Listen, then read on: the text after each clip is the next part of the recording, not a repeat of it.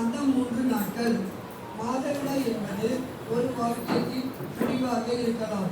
ஆனால் ஒரு பெண்ணின் கல்விக்கு முடிவாக இருக்கக்கூடாது. இது ஜெயா தாகூர் என்ற பெண் வழக்கறிஞர் பெண்கள் கல்வியின் இடைநீற்று காரணமாக பள்ளி கல்வியறை வசதி இல்லாமல் இருப்பது குறித்து உச்ச நீதிமன்றத்தில் தொடரப்பட்ட வழக்கின் மேற்குறிப்பிட்டுள்ள வரிகள். அது பற்றி ஒரு சிறு பொம்மலாட்டம் இப்போது காண்போம். காட்சி 1. இடம் பள்ளி மைதானம். கதை மாந்தர் பள்ளி மாணவி ரேவதி, அவள் தோழிகள் கலா, மாலா. என்ன ரேவதி, ஏன் ரொம்ப வாடி இருக்க? எப்பவும் சுறுசுறுப்பா இருப்பல. எதுவும் இல்லப்பா, முதல் நாள்ப்பா. சானிட்டரி நாப்கின் மாத்தலாமா பார்த்தேன். ஏன்பா, நம்ம பள்ளியில தான் 2012 புதிய ஒரு திட்டம் மூலமா இலவசமா நாப்கின் தராங்கல்ல, அதை வாங்கிட்டாங்களா? அதெல்லாம் தராங்கப்பா. ஆனா நம்ம பாத்ரூம் இருக்கிற நிலைமைலாம் எப்படின்னு தெரியல. தண்ணி வருமோ வராதோ தெரியல.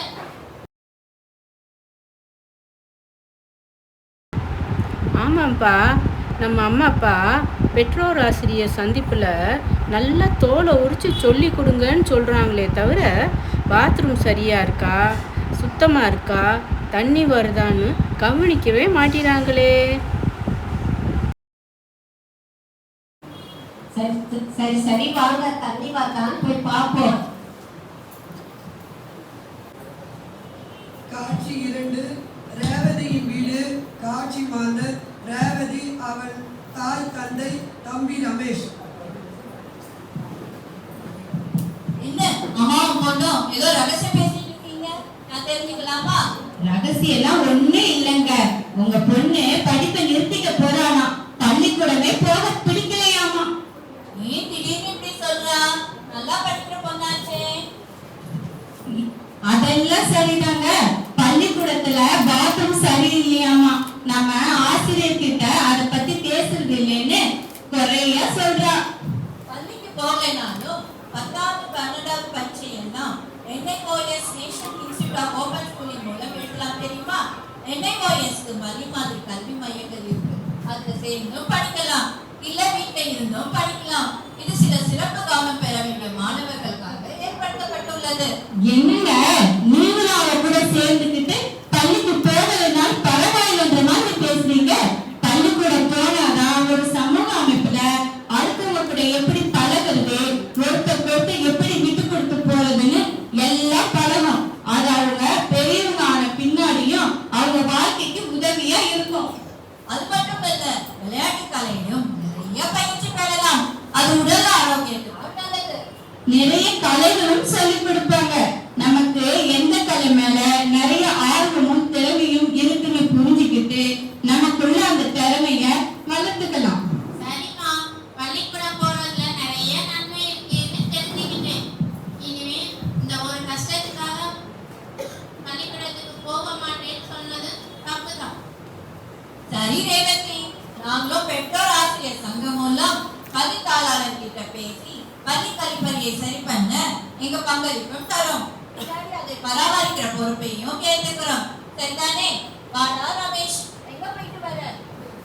வீட்டுல தங்க மாட்டியா? வேற எங்க, மைதானத்துல என் நண்பர்களோட விளையாண்டு வரேன். வீட்டுல என் கூட விளையாட ஒரு அண்ணனோ தம்பியோ இருக்காங்களா? இந்த அக்கா ஒருத்தி தான் இருக்கா. சரி, அவ கூடவாது விளையாடலாம் நினைச்சு இன்னைக்கு சீக்கிரமே வந்துட்டேன். ஆனா நான் ஏதோ சொல்லும் முன்னாடி இந்த அக்கா உன்ன அழுகுறா இல்ல கோவப்படுறா, அதான் நான் வெளியே போயிட்டேன். ரமேஷ், இதுக்கு காரணம் என்னன்னு நீ புரிஞ்சுக்கணும். இது பின்னாடி உன் வாழ்க்கைக்கும் உதவியா இருக்கும். நம்ம உடம்புல ஈஸ்ட்ரோஜன் மற்றும் ப்ரொஜெஸ்டரோன் ஹார்மோன் இருக்கு. அந்த ஈஸ்ட்ரோஜன் ஹார்மோன் அளவுல ஏற்படும் ஏற்றத்தாழ்வுதான் ஒரு பெண்கள் கோபப்படமோ அழுவோ காரணமா இருக்குதுன்னா ஆராய்ச்சியாளர்கள் கண்டுபிடிச்சிருக்காங்க. அது மட்டும் இல்ல, இந்த மூன்சூன்ல மனசஞ்சலத்தின் அளவு மாறுபடுவது ஒவ்வொருத்தருக்கும் வேறு மாதிரி இருப்பதற்கு காரணமும் அவங்களுக்கு புரியல. இதுக்கு நல்ல நிவாரணம் எதுவும் இல்லையா அம்மா? ஏன் இல்லம்மா, முதல்ல அவங்களோட மனசஞ்சலத்தை புரிஞ்சுக்கிட்டு அவங்களுக்கு ஆதரவா நம்ம நடந்துக்கணும். நல்ல இயற்கையான சத்துணவு குடிக்கணும். நல்ல உடற்பயிற்சி, யோகா போன்றவற்றை தொடர்ந்து செய்யணும். என்னங்க, சரிதானங்க? சரிம்மா சரி. காட்சி 3. இடம் பள்ளி மைதானம். காட்சி மாந்தர் ரேவதி, அவள் தோழிகள் கலா, மாயா, மாலா. ரேவதி, நேத்து ரொம்ப கவலையா இருக்கியேப்பா. பேசாம பள்ளிக்கூடத்தை விட்டே நின்னுலாம் கூட நினைச்சுக்கிறேன்னு சொன்னியே, இப்ப எப்படி இருக்கப்பா? நேத்து எங்க அம்மா அப்பா கிட்ட இதை பத்தி பேசினேன்ப்பா. அவங்க பள்ளியால எனக்கு கிடைக்கக்கூடிய நன்மைகளை எல்லாத்தையும் எடுத்து சொன்னாங்க. அது மட்டும் இல்லாம நம்ம எப்படி பார்த்துக்கணும்னு சொல்லி கொடுத்தாங்கப்பா. அப்படி என்னப்பா சொல்லி கொடுத்தாங்க? எங்களுக்கும் சொல்லி கொடுப்பா.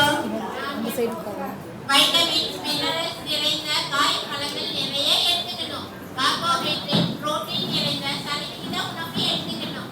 அது மட்டும் இல்லாம தொடர்ந்து உடற்பயிற்சியோ யோகாசனமோ செஞ்சோம்னா நம்ம மாதவிடாய் காலத்துல நமக்கு ஏற்படுற மனசஞ்சலம் குறைந்து நாம ஆரோக்கியமா இருக்கலாம்னு சொன்னாங்கப்பா. ஓ அப்படியாப்பா? நம்ம மாதவிடாய் காலத்தில் பின்பற்றும் சுகாதார முறைகளும் நம்ம உடல் நிலைமை பாதுகாக்கும்.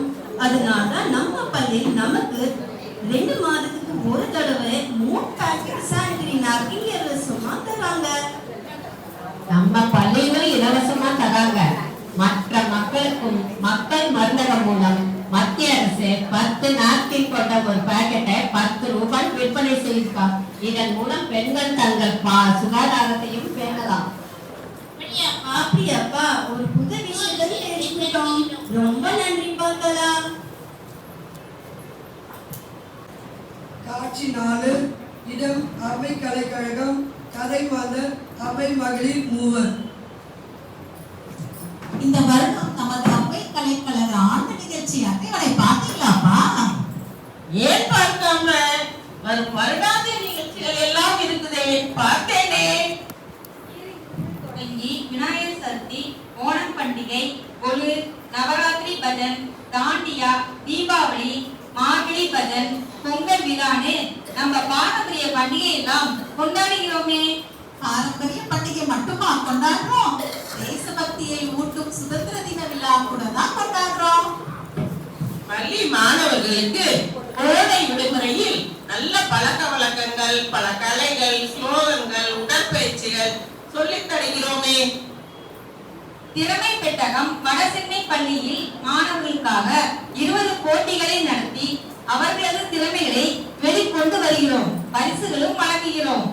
போன வருடம் மகளிர் தினத்தை முன்னிட்டு நம் உறுப்பினர்களுக்கு இலவச மருத்துவ முகாம் நடத்தினோம். அது மட்டும் இல்லாமல் சில சிறப்பு மருத்துவர்களை அழைத்து உரையாடியும் இருக்கிறோம். குழந்தைகள் தின விழாவை நமது அவ்வை காப்பக குழந்தைகளுக்கு மதிய உணவு வழங்கி சில போட்டிகள் நடத்தியும் பரிசுகள் வழங்கியும் சிறப்பாக கொண்டாடுகிறோம்.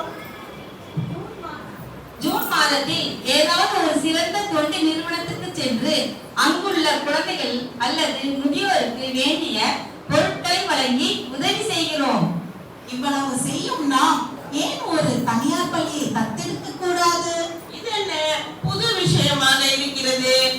என் தோழி ஒருத்தர் அவர் மகள் பள்ளியில் கழிவறை சுகாதாரமாக இல்லாததால் மாதவிடாய் காலத்தில் அவள் மகள் பள்ளி செல்ல தயங்குவதாக கூறினார்.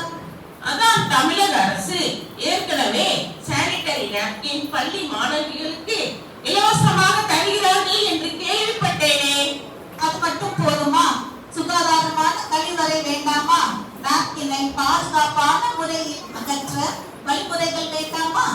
அது மட்டும் இல்ல, அரசு பள்ளிகளில் மட்டும்தான் சானிட்டரி நாப்கின் இலவசமாக தருகிறார்கள்.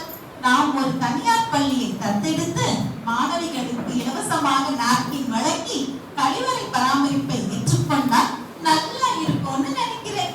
நானும் ஒரு பள்ளியை அணுகி விசாரித்தேன். அவர்கள் நாப்கின் வழங்க பிற தனியாரை அனுமதிக்கிறார்கள்.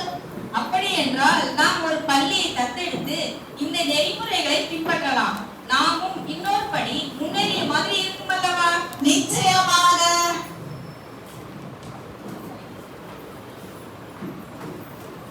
நாட்டின் கண்களான பெண்கள் கல்வி கண் திறந்திட அம்மா நம்மால் என்ற உதவியை சமுதாயத்துக்கு ஆற்றிட வேண்டும்.